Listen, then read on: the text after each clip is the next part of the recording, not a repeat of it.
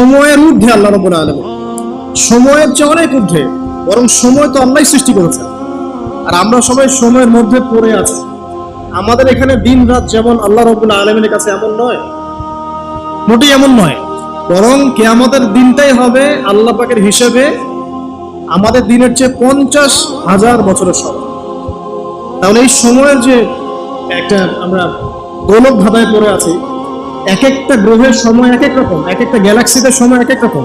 আল্লাহ পাক এগুলো ঊর্ধ্বে, চিরঞ্জীব, চিরস্থায়ী।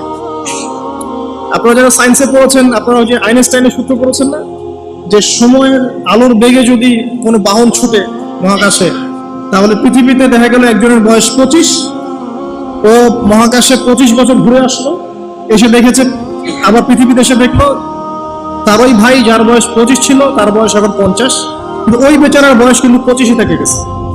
এই সূত্রটা জানেন না?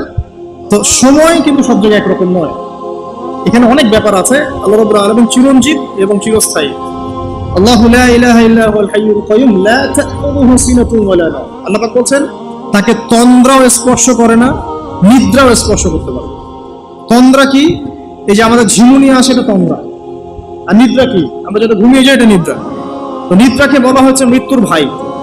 এই কারণে জান্নাতে মানুষ যখন যাবে তাদের ঘুম হবে না।